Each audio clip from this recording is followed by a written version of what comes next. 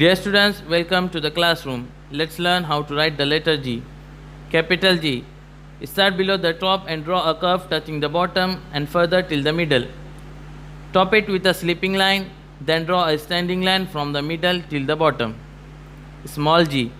Start from the middle and make a small c. Then go to the middle again and draw a standing line going down below the bottom with a small backward curl. Now you know how to write the letter G, so try to write it properly.